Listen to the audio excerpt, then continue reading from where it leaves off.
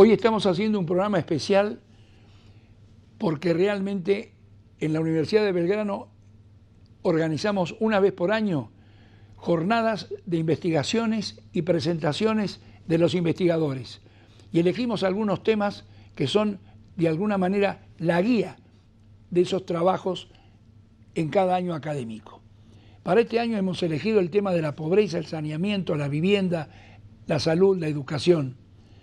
Y queremos arrancar en este primer día de estas jornadas con una presentación excepcional de alguien que seguramente ustedes lo conocen o lo van a conocer hoy mejor que otras veces, como es el doctor Abel Albino. Para nosotros es un honor en este programa contar con Abel Albino hablándole al país, seguramente para satisfacción de ustedes. Director, acompáñeme con algunas imágenes y ya me voy trasladando al lugar donde está el público y nuestro invitado. Muchísimas gracias, doctor Porto, por el cariño permanente con que me trata y con que se preocupa por lo que hacemos, con la pasión con la que se preocupa por lo que hacemos y por la compañía que me has dado todos estos años, que determinaron más apoyos y más satisfacciones para nosotros. Lo que hago yo roza la política, pero no soy político. No tengo nada contra los políticos, como no tengo nada contra los arquitectos o los ingenieros, nada más que yo no hago eso. Lo que hacemos nosotros puede molestar a alguien, la intención no es molestar a nadie, al contrario. Qué sé yo, lo nuestro por ahí es mirado medio de reojo, en forma sospechosa. Estamos en una etapa de la humanidad muy rara. Se acabaron los grandes relatos, hay una generalización del conformismo, una generalización del pesimismo, una ética pequeña, indolora, acomodaticia. La luz de la razón titila débilmente y la inmensa llanura de la verdad, que otrora fue una pradera, hoy es un pedregal. El arte sirve para programar sensaciones. Eso que estoy contando se dice en Europa. Da lo mismo una sinfonía de Beethoven, un cuadro de Zurbarán, una película de cowboy, un western o una película porno. Es lo mismo, sea igual, todo es igual. Todo es igual, nada es mejor, lo mismo un burro que un gran profesor. No hay aplazados ni escalafón. Eso que lo definió muy bien Discépolo, hoy es una realidad casi en todo el planeta. Se adelantó 100 años a lo que iba a suceder y sucedió, curiosamente. Esgrimir valores es ser automáticamente sospechoso. ¿Qué quiere este hombre? ¿Detrás de qué anda?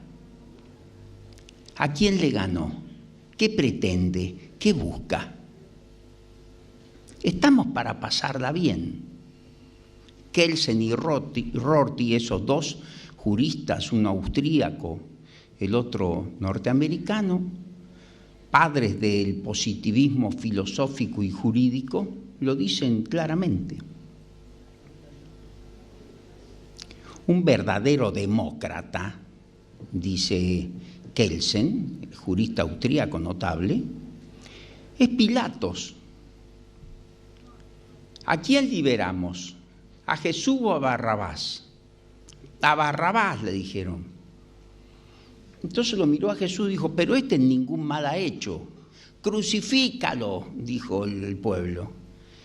Y entonces él se da vuelta y le dice a Jesús, ¿qué es la verdad? Y sin esperar respuesta, lo entrega. ¿Se basó en la razón? No. ¿Se basó en la justicia? Tampoco. ¿En qué se basó? En el consenso. Dijo, ¿cómo va la encuesta? Otra cosa en realidad no le interesaba al tipo. Y lo que le hizo no fue una pregunta, fue una respuesta. En realidad le dijo, ¿qué es la verdad? Tómatela. ¿Me entienden? Eso se dice hoy en Europa de lo que sucede, analizando lo que sucede. ¿Y la moral? ¿Qué es moral? Morado, moralina. Estamos para pasarla bien, dice Rorty, el norteamericano. Necesitamos hombres ágiles, desasidos de esas mochilas morales, por favor. Hombres que puedan saltar de una constelación a otra, que puedan ir hacia adelante, hacia atrás y sobre todo hacia los costados. Yo no fui, yo no lo vi, conmigo es bueno. ¿Vieron esas cosas? ¿Qué hace su marido en Paraguay? Bueno, lo han contratado como helicópterista. Ah, mire qué bien. ¿Y qué hace concretamente él? Doctor, él lleva bultos de un lado a otro. No me pregunte más. En mi consultorio, no me pregunte más. La gente es muy buena, nos tratan muy bien y nos pagan muy bien. ¿Está claro? Se terminó.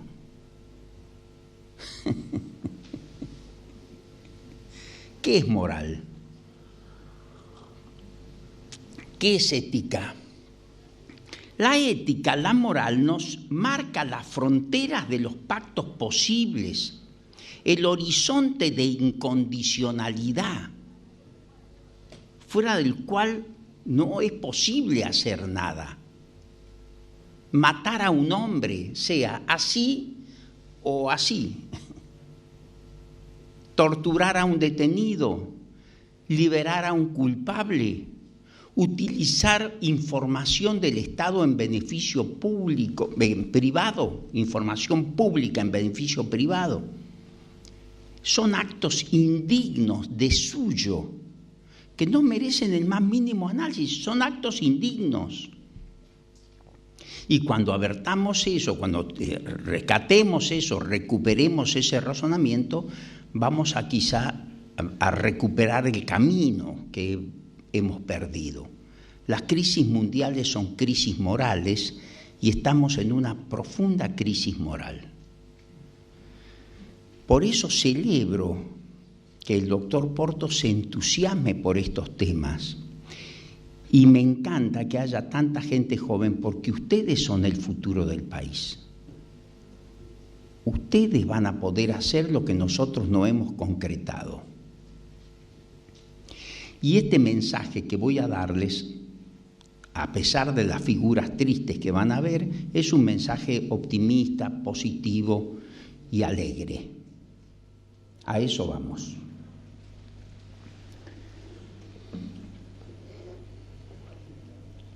Es la memoria un gran don, cualidad muy meritoria, dice Martín Fierro. Y aquellos que en esta historia sospechan que les doy palo, sepan que olvidar lo malo también es tener memoria. Mas nadie se crea ofendido, pues a ninguno incomodo. Y si canto de este modo por encontrarlo oportuno, no es para mal de ninguno, sino para bien de todos. ¿Qué hago yo? Pobreza y desnutrición. ¿Por qué hago esto? Porque existe pobreza y desnutrición en la Argentina.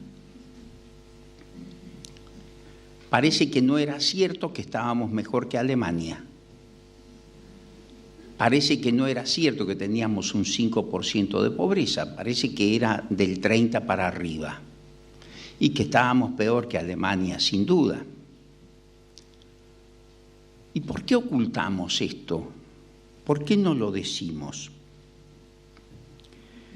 Yo no tengo miedo en tener un cáncer, decía un periodista hace 2 días.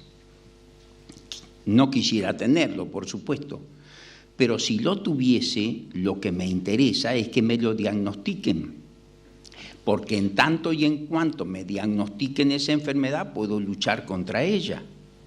Si no conozco que existe la enfermedad, o si trato de minimizarla, o si no me interesan los diagnósticos que me hagan, porque no me gustan, y bueno, entonces lo más probable es que termine muerto de cáncer, sin haber disparado un solo tiro en contra de esta patología. Y la desnutrición es como un cáncer social. ¿Por qué es importante la desnutrición? Porque genera debilidad mental, la única que se puede prevenir, la única que se puede revertir, la única que es creada por el hombre. Por lo tanto, el hombre no solamente puede, sino que debe quebrarla. Pero ¿el hambre qué es? El hambre es un síntoma. La desnutrición es una enfermedad individual y social, gigantesca. Y su tratamiento puede llevar una generación. En cambio, el hambre se soluciona en 15 minutos. Yo pongo una olla popular en la puerta de un barrio carenciado y en 15 minutos ya no tengo más hambre. Doctor, me decía, no me decía doctor, me decía, usted sabe, señor, me decía un taxista aquí en Buenos Aires hace 3 meses, muy gracioso. Usted sabe que cuando yo era chico y tenía hambre, mi papá era jornalero, así que venía a la tarde y a veces traía plata y a veces no.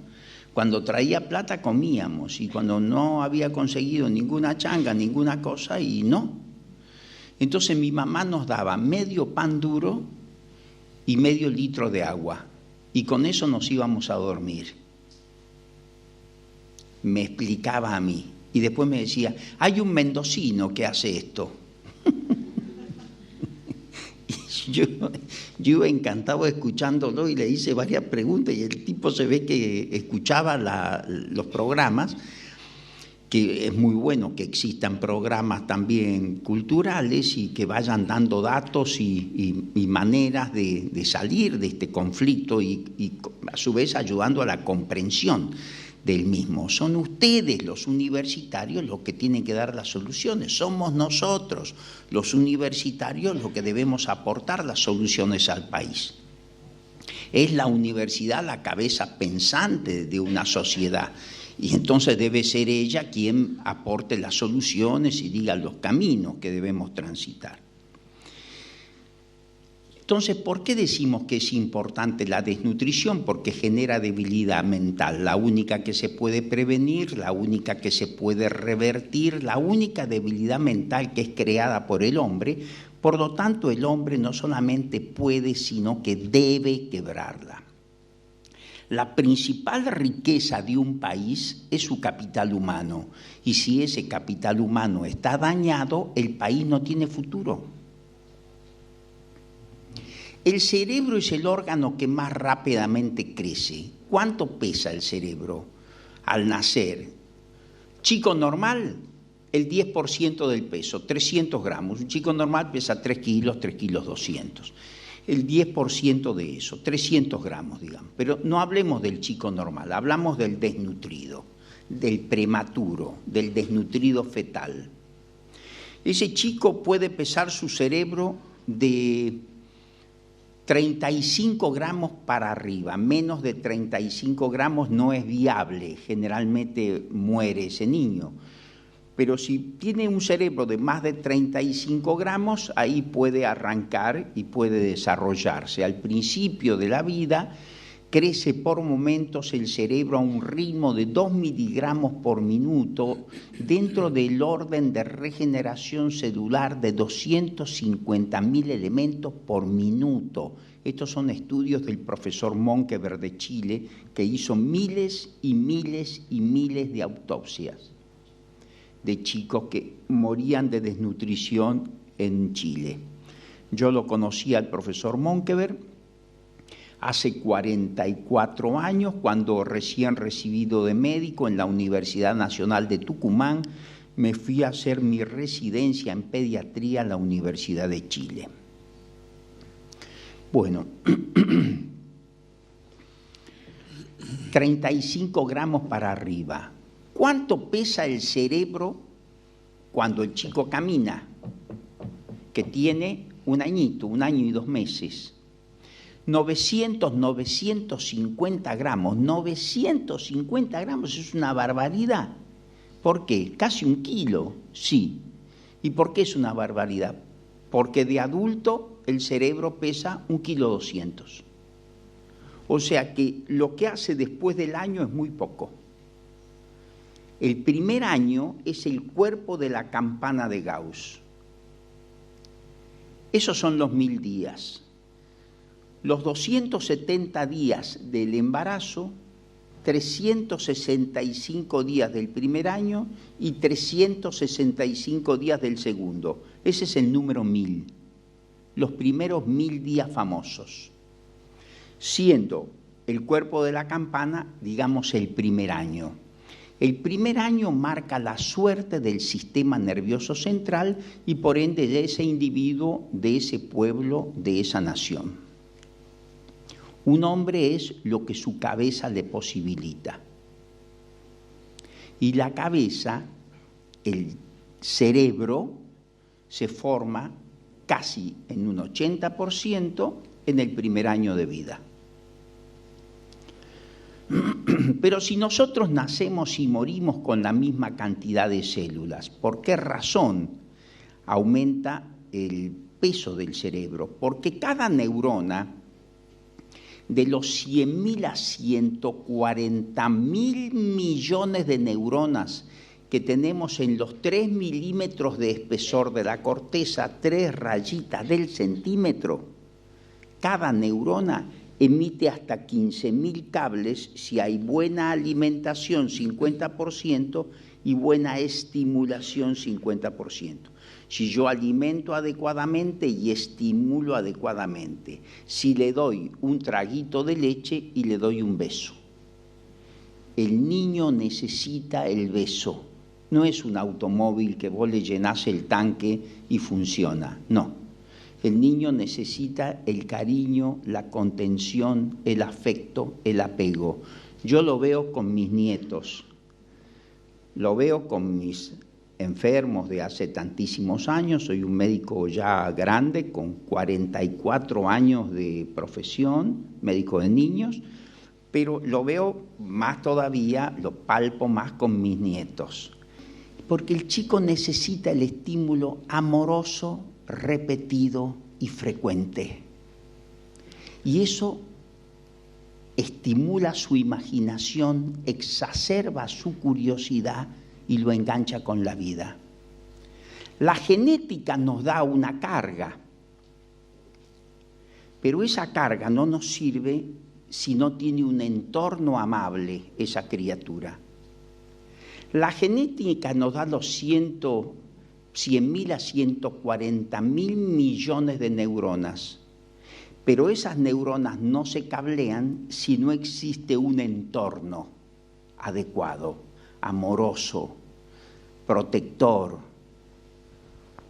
un apego, un afecto. Cuando le digan a un chico que lo van a llevar a la calecita, llévenlo a la calecita, porque vive soñando con eso hasta que se concreta. Si le dicen vamos a ir al cine, llévenlo al cine. Bueno, pero que ese día me levanté y me dolía la rodilla. No, no interesa. Pero al chico le duele el alma si no hacemos eso con él. Y él lo necesita encima, porque eso le da esperanza, le da seguridad, le da tranquilidad.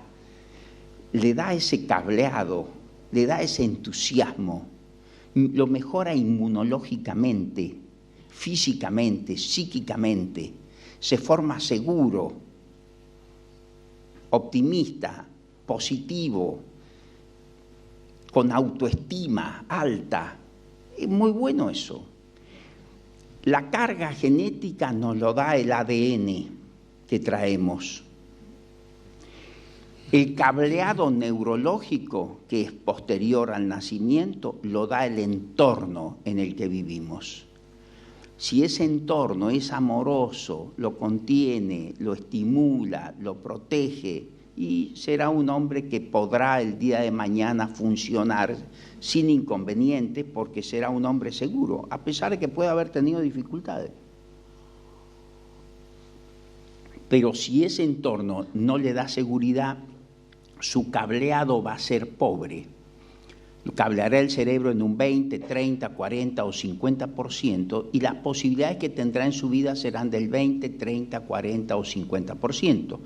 Aprenden a sumar o a restar, nunca a multiplicar o dividir, nunca entenderán el teorema de Pitágoras y jamás irán a la universidad. Y con él nos quedamos todos. La principal riqueza de un país, insisto, es su capital humano. Y si ese capital humano está dañado, el país no tiene futuro. Un gran país, en definitiva, se hace con miles de niños leyendo.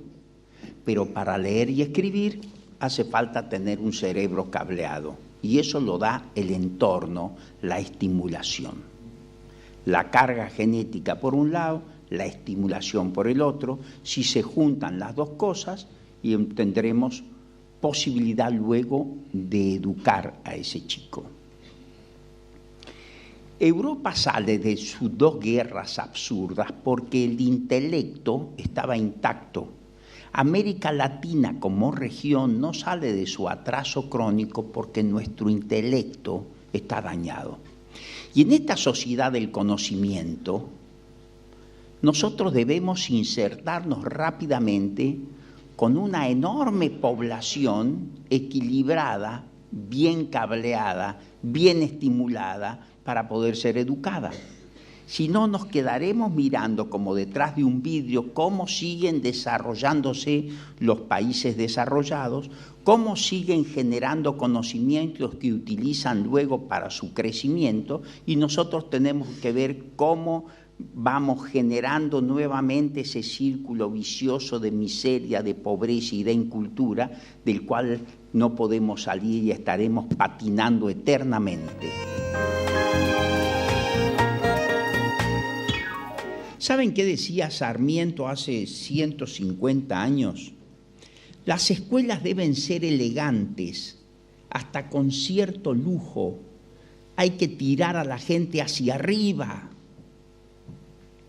¿Qué pasó con nosotros? ¿Qué pasó con este hermoso país? ¿Qué nos sucedió? Cuando nace la República Argentina en el año 1853, era el último orejón del tarro del concierto latinoamericano. Se calculaba unos 800.000 habitantes, el 80% analfabetos. En 1868 asume como presidente de la República Domingo Faustino Sarmiento, sanjuanino, autodidacta, y pide el primer censo nacional. Muy criticado Sarmiento, muy criticado, cualquiera lo critica. No sé por qué. Es penoso ver que hasta programas de televisión se hicieron para denigrarlo. Pide el primer censo nacional, se lo traen, 1.800.000 habitantes éramos, y el 84% analfabetos. Y Sarmiento dice una cosa que es historia argentina. Quiero una reunión del gabinete de ministros para esta tarde, y les dice: señores, vamos a trazar la política de Estado para los próximos 100 años en la República Argentina. Educar, educar, educar. Escuelas, escuelas, escuelas. Hay que hacer de la patria una gran escuela. Hizo 1.117 escuelas públicas, 400 escuelas privadas, la escuela naval, la escuela militar, la marina mercante, la prefectura, la subsecretaría de Agricultura, la subsecretaría de Ganadería, el departamento de Trabajo, el boletín oficial, la Contaduría General de la Nación, el Banco de la Nación Argentina, Banco Nacional, el telégrafo a Europa, el telégrafo a Estados Unidos, el telégrafo a Chile, 1.000 kilómetros de vías férreas, los bosques de Palermo, la Casa Rosada, la primera escuela de sordomudos de la República Argentina, no, de América Latina, la primera escuela de telegrafistas de América Latina, y se fue del gobierno. Y cuando se fue a vivir con su hija Faustina porque no tenía casa. El presidente de la República Argentina no tenía casa. Antes de morir dijo una cosa impresionante. Bueno, siempre que uno quiere decir algo tiene que ser antes de morir. Pero dijo él, próximo a mi partida, debo reconocer que no dejo bienes materiales. Los he considerado siempre una pesada carga para la hermosa tarea que me había impuesto. No puedo decir que no haya cometido errores, he cometido errores, pero los errores que cometí fueron por la premura con que quise poner a mi país, en donde en mi cabeza y en mi corazón ya lo había puesto. Con esa filosofía, con esos hombres, Alberdi, otro gigante de esa época, y todo lo que sucedieron, Avellaneda, Mitre, Roca y muchos más, llegamos al 1900 y éramos la 7ª economía del mundo. En 30 años pusieron al país en el 7º lugar del mundo. El primer país del mundo que quebró el analfabetismo fue la República Argentina, de la mano de esos gigantes. Antes que Francia, Alemania, la Gran Bretaña, Estados Unidos, España, Italia, Japón, Canadá, la República Argentina en el Cono Sur fue el primer país del mundo en quebrar el analfabetismo. Los 5 pasos para una gran nación. Si queremos una gran nación, aquí tenemos lo que hay que hacer. Preservar el cerebro dentro del año. Miren los 5 pasos. Preservar el cerebro dentro del año. Segundo, educarlo. Tercero, cloacas. Cuarto, agua corriente y caliente. Y quinto, luz eléctrica. Si hacemos eso, somos una potencia en 30 años. Ahí tenemos 2 criaturas de 5 meses de edad, una desnutrida y la otra no. ¿Cómo crece el cráneo en el primer año? ¿Por qué crece la cabecita? Porque el cerebro se expande, porque el cerebro al cablearse se expande esa masa y entonces el cráneo crece. El primer año es la primavera del sistema nervioso central. Así como un árbol en primavera larga hojitas y ramitas chiquitas, el cerebro en esa primavera del sistema nervioso lanza ramificaciones dendríticas y se producen las conexiones interneuronales. Aquí tiene 36 centímetros el cráneo, pero ¿qué pasó aquí? Y bueno, el chico podrá tener alimentación, pero no tiene estimulación. Y necesita ese 50% de estimulación, si no se apagan como una velita. En cambio, la otra gorda tiene 42 centímetros de cráneo. Entonces está adecuadamente alimentada y adecuadamente estimulada. Y se queda todo. Se queda también el crecimiento en talla, el crecimiento en peso y el crecimiento en defensas. Entonces son muy vulnerables los chicos desnutridos. Pero nadie muere de desnutrición. No, doctor, no murió de desnutrición, murió de una gastroenterocolitis. murió de una meningitis, o como hace poco en Chaco que murió un chico, dijo, no, doctor, no era desnutrido. Fíjese lo que tenía: Chagas, septicemia y bronconeumonía y diarrea encima. Eso es desnutrición. Cuando el chico tiene un ingreso muy magro, muy pobre, cancela 2 programas. Cancela el programa de defensas y cancela el programa de bomba de sodio. Como no tiene defensas, se infecta con facilidad. Como no tiene bomba de sodio, se deshidrata con facilidad. Entonces dicen, no, una gastroenterocolitis que no se podía manejar, era dificilísimo manejar, no tiene bomba de sodio. Con eso ahorra un 70% de la energía basal que gasta normalmente un organismo funcionando. Pero claro, cancela 2 programas que le impiden seguir viviendo.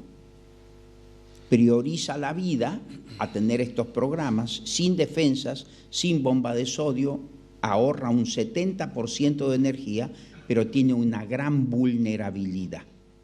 Ahí tenemos la neurona de un chico normal que murió en un accidente de auto. Es un árbol florido. Ahí tenemos la neurona de un chico que murió de desnutrición. Es un terreno quemado. ¿Podré yo en este mundo globalizado y competitivo insertarme cuando tengo el 30% de la población debajo de la línea de pobreza? No. Se los digo yo que soy experto internacional hoy. CONIN es órgano consultivo de las Naciones Unidas, porque ningún desarrollo es posible mientras existan ejércitos de niños débiles mentales por desnutrición. Lo que debemos hacer, dijo Monkeberg hace 40 años, es preservar el cerebro y luego educarlo. Preservar el cerebro, luego educarlo. Preservar el cerebro, luego educarlo. Él hizo centros de tratamiento de desnutridos, 36 hospitales para atender desnutridos severos.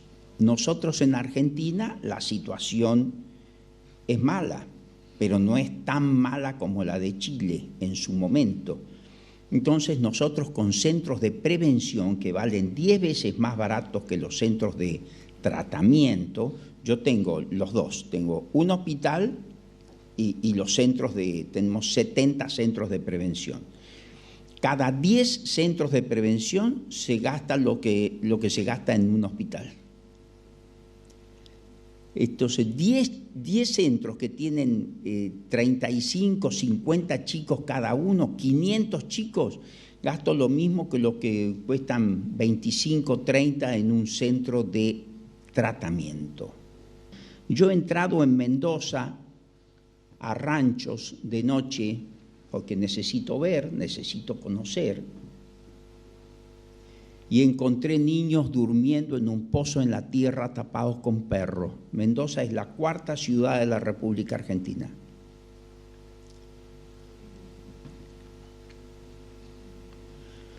Y ahí entendí por qué razón hay tantos perros en la pobreza extrema, porque la gente se tapa con sangre caliente. Porque no tienen ropa de cama, no tienen ropa de abrigo, no tienen estufa y tampoco tienen techo porque es un nylon. ¿Es correcto eso? ¿Es lógico eso? ¿Podemos luego pedirle un razonamiento normal a esa persona? Diciéndonos a nosotros mismos, no, el cerebro es muy plástico, no te preocupes. O sea, vos no regás a una planta y la planta se seca o se muere o no tiene fruto. Pero vos a un chico lo pateás, lo violás, le haces de todo y no pasa nada, ¿no? El chico es un señorito, después puede estudiar en Harvard. Ajá. Es tan ridículo, es tan absurdo el razonamiento ese, es tan inhumano. La familia, la única escuela de humanidad que existe. ¿Dónde aprende un varón a ser varón si no es mirando a su padre? ¿Dónde aprende una mujer a ser mujer si no es mirando a su madre? ¿Dónde se aprende a respetar a un anciano si no se tuvo un abuelo? ¿A un bebito si no se tuvo un hermanito o un sobrinito? ¿O a un enfermo si no se vivió en ese ámbito? ¿A dónde nos enseñan a respetar a un enfermo si no es en la familia? En ese pequeño pueblo maravilloso donde uno vale por lo que es, no por lo que tiene. Y donde todos son queridos, aunque algunos sean enfermos. Y si ese enfermo es más mimado, más querido, más protegido.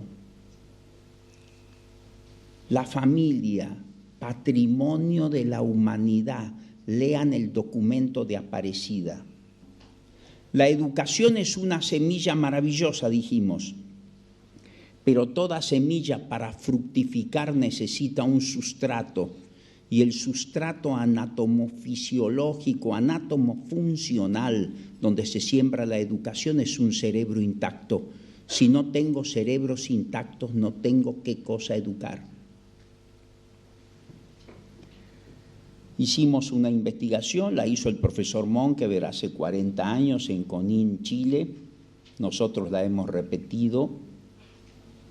Y él vio que manejan 180 palabras los padres. Uno cree que un pobre a veces es una persona igual que nosotros, pero sin plata. Y eso no es así. El pobre es pobre en familia, en alimentos, en educación, en historia, en sueños, en fuerza, en amigos, en ideales, en introspección, en retrospección, en experiencia adquirida, y encima no tiene plata, es distinto. ¿Los pobres son vagos? No. Les digo yo que trabajo en eso, los pobres son tristes y tienen una tristeza profunda a veces que linda con la depresión. Hay que darle energía, hay que ayudarlos a ponerse de pie. Y nosotros tenemos que hacerlo, nosotros podemos hacerlo. No se nos va a caer nada, no nos va a pasar nada. No vamos a agarrarnos piojos, no pasa nada. Ahí estamos con los chicos y le damos 3.500 palabras cuando salen a los 5 años de un centro nuestro. Muchos de estos chicos luego son abanderados. Muchos de estos chicos luego han sido abanderados. Ahí están aprendiendo a soldar. ¿Para qué? ¿Para hacerlos trabajar? No, para sacarlos de la calle, del delivery de droga. Para que tengan otra visión de la vida y otro entusiasmo y para que conozcan y aprendan. Y cuando vienen y estudian y aprenden y se juntan con gente que puedan ellos admirar y mirar para copiarlos, por eso es bueno que la universidad haga estos trabajos de extensión universitaria donde van y se meten en esas poblaciones y se hacen amigos de esos chicos. Es magnífico lo que podemos lograr. Tercero, cloacas. Miren eso. Por ese agujero inmundo se nos van los $300 día cama que como contribuyentes gastamos para recuperar a un niño de una gastroenterocolitis en un hospital general. Así somos de ineficientes en los gastos públicos. ¿Quién es el Estado? ¿Qué sé yo? Y en realidad el Estado somos todos. Entonces ese chico, a un costo de $300, estuvo recuperándose 15, 20 días en un hospital general. $300 diarios, como por decir una cifra, vale cada vez más estar internado en un hospital. Es cada vez más caro, pero digamos 300 nomás. Y cuando vuelve a las 48 horas ya está de vuelta con gastroenterocolitis por infección. Porque no hay manera de salvarse de eso. Si no hay cloacas, la falta de cloacas, concretamente. Si no hay cloacas, estamos alimentando parásitos. Nunca vamos a lograr nutrir a ese chico porque es como echar agua en un balde pinchado, roto, agujereado, sin fondo. Es un barril sin fondo. Entonces vamos a estar echando y alimentando parásitos. Agua corriente y caliente. Miren el agua. En Chaco es esta foto. El chico sacando agua A 3 metros un perro muerto flotando. Con mis compañeros de Rotary vamos a potabilizar agua, llevamos pastillas potabilizadoras y quedamos sorprendidos de ver el agua mugrienta que consumen. No se puede creer. Luz eléctrica. Entro a esa casa, meto la lapicera en el techo de quincha y se me llena la mano de hinchucas. Y después leo en el diario que hemos comprado drogas para combatir el Chagas cuando lo que tenemos que hacer es matar al bicho. O sea, ¿por qué razón somos tan malos? No lo puedo entender. ¿A quién beneficiamos comprando drogas para el Chagas? A los chagásicos. No, yo creo que estamos beneficiando a los laboratorios que producen este producto, que en buena hora exista, pero lo que tenemos que hacer, una vez que ya sabemos cómo se transmite, es erradicar los ranchos. ¿Hasta cuándo vamos a tener estos ranchos? El costo que se paga por mantener gente enferma es gigantesco. Cercena nuestra posibilidad de crecimiento. El costo que se paga por la alta tasa de mortalidad infantil es gigantesco, porque el chico es toda inversión hasta que algún día, después de los 18 o 20 años, empieza a producir. Entonces, todo lo que se ha invertido se cosecha luego y es la mejor inversión que hemos hecho en la vida. No hay mejor inversión que invertir en el capital humano, que es la principal riqueza de un país.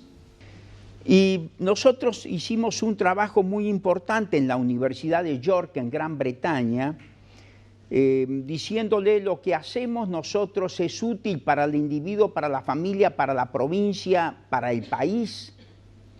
Es importante lo que hacemos, entonces un estudio económico. Y ellos dijeron que lo que hacíamos nosotros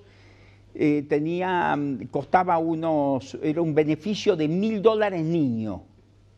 Ya han pasado 16.000 niños por CONIN, son $16 millones que el país ha ahorrado gracias al accionar de CONIN. Hoy tenemos 4.500 niños en programa, son $4,5 millones más que ahorra el país. ¿Por qué ahorra? Porque disminuye la repitencia, disminuye la deserción, disminuye la mortalidad, disminuye la morbilidad, que son las enfermedades, disminuye la violencia familiar, disminuye el resentimiento, aumenta el factor de difusión de conocimiento dentro de la sociedad, aumenta lo bueno, disminuye lo malo. Ese trabajo fue de tal impacto que la universidad toda en Gran Bretaña se propuso hacer esta investigación y llamó a estos investigadores. Y Martorell, es compañero mío en la Real Academia Española de Nutrición. Me dijo: Albino, el trabajo de ustedes fue de tal peso en Londres que nos mandaron a hacer esto a 17 países del tercer mundo. Y las conclusiones efectivamente respaldan lo nuestro. Dice: nuestros resultados sugieren fuertemente que la desnutrición lleva a discapacidad. Lleva a discapacidad. Estamos generando discapacidad con niños desnutridos. La desnutrición es el resultado final del subdesarrollo.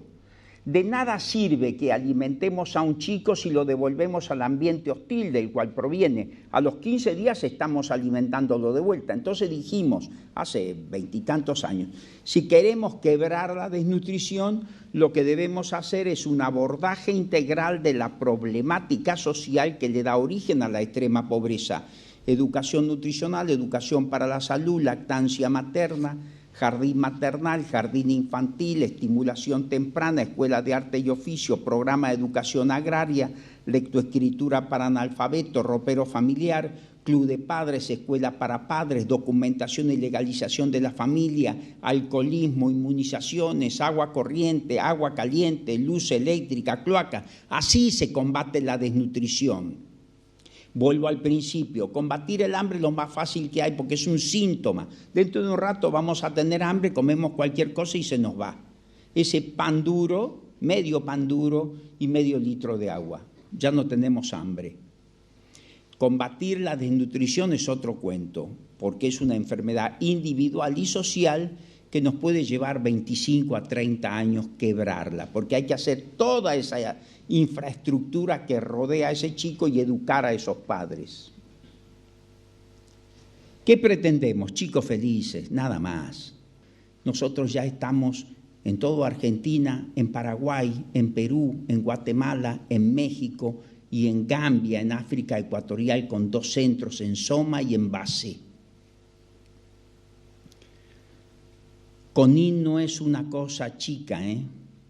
Conin es una cosa inmensa. Bienvenidos a Conin. Muchas gracias. Buenos días.